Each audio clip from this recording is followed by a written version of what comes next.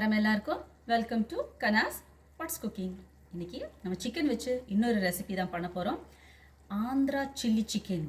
நம்ம நிறைய ரெஸ்டாரண்ட்ஸுக்கெல்லாம் போகும்போது சில்லி சிக்கன் சாப்பிட்ருக்கோம். அதுலேயும் சைனீஸுன்றது வேற. நம்ம இந்தியன் ஸ்டைலுன்னு வரும்போது அது அந்த ஆந்திரா சில்லி சிக்கனை அடிச்சுக்கிறதுக்கு ஆளே கிடையாது நமக்கு. அது நல்ல கார சாரம், அது பிரியாணியோட சேர்த்து சாப்பிடும்போது, இல்லை ஜீரா ரைஸ், மலபார் கீ ரைஸ் இதோடலாம் சேர்த்து சாப்பிடும்போது சும்மா சூப்பராக இருக்கும். நம்ம ஆந்திரா சில்லி சிக்கனுக்கு தேவையான பொருள்னு பார்த்தீங்கன்னா ஜஸ்ட்டு வெங்காயம், பச்சை மிளகா மட்டும்தான். நான் இங்கே ஒரு 1.5 கிலோ சிக்கன் எடுத்திருக்கேன். இட்ஸ் வித் போனோட போட்டிங்கன்னா தான் அது டேஸ்ட்டு ரொம்ப நல்லாயிருக்கும்.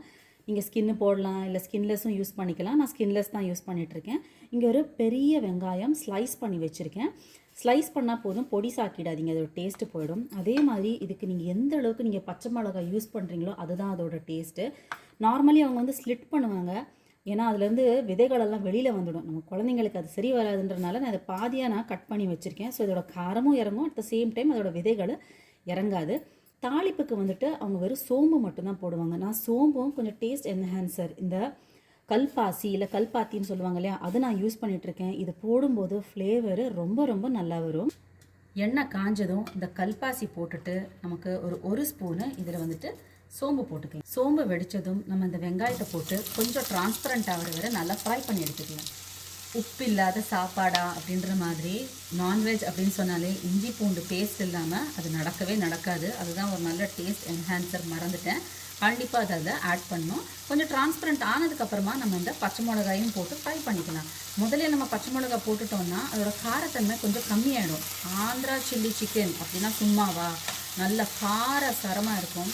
நீங்கள் கர்நாடகாவில் மைசூர் பக்கம் போனீங்கன்னா மைசூரில் RRR அப்படின்னு ஒரு ஹோட்டல் ரொம்ப ரொம்ப ஃபேமஸ்ஸு. நம்ம சின்ன வயசுலேருந்து சாப்பிடுவோம். நம்ம அங்கே வந்துட்டு ஒயிட் கலரில் தான் அவங்களோட பிரியாணி இருக்கும். அந்த பிரியாணியும் இந்த ஆந்திரா சில்லி சிக்கனும் செம்ம டேஸ்ட்டு காம்பினேஷனு.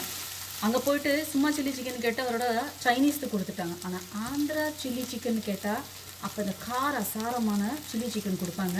ஆனால் அவங்க அதில் வந்து கொஞ்சம் கலர் சேர்ப்பாங்க. அப்போ அது கொஞ்சம் ஆரஞ்சு கலரில் இருக்கும். நம்ம கலரெல்லாம் சேர்க்காமல் நம்ம செய்ய போகிறோம்.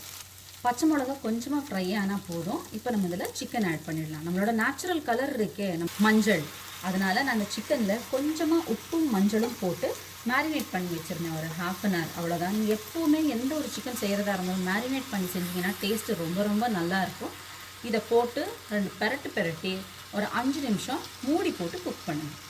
5 மினிட்டு நம்ம ஒரு மூடி வேக வைக்கும்போது அதுலேருந்து தண்ணி விட்டுக்கிறோம். இந்த சமயத்தில் நமக்கு சிக்கனுக்கு தேவையான அளவு உப்பு சேர்த்துக்கோங்க. சேர்த்துட்டு சும்மா ஒரு 1/2 கிளாஸு நம்ம தண்ணி ஊற்றணும் அது குக் ஆகுறதுக்கு. ஏன்னா சிக்கன் கண்டிப்பாக தண்ணி விடும். அதனால் இது வந்து கொஞ்சம் பெரட்னாப்பில் தான் இருக்கும் நம்மளோட ஆந்திரா ஸ்டைல் சில்லி சிக்கனு. அதனால் ரொம்ப தண்ணி ஊற்றி தண்ணி ஆக்கிடாதீங்க. ஒரு சிக்கனும் அதோட குக்கிங் டைம் நமக்கு தெரியும் இல்லையா, அது மாதிரி நான் இன்றைக்கி ஒரு 15 மினிட்ஸ் இதை ஹாஃப் க்ளோஸ் பண்ணி குக் பண்ணலாம்.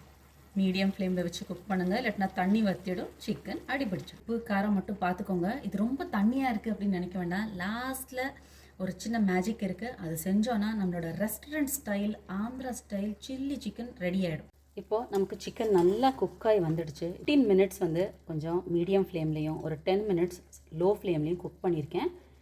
இது ரொம்ப தண்ணியாக இருக்கும், நமக்கு ரெஸ்டாரண்ட்டில் கொடுக்குற ஸ்லைமியாக இருக்கும். அது எப்படி பண்ணுறதுன்னு தான் காட்டுறேன். நமக்கு இது மாதிரி கார்ன்ஃப்ளவர் கிடைக்கிது. அதில் ஒரு பெரிய ஸ்பூன் அளவு நம்ம இதில் சேர்த்துக்கலாம். நம்ம இதில் நிறையாலாம் சேர்க்கல, ஜஸ்ட்டு ஒரு ஸ்பூன் தான் சேர்த்துருக்கோம்.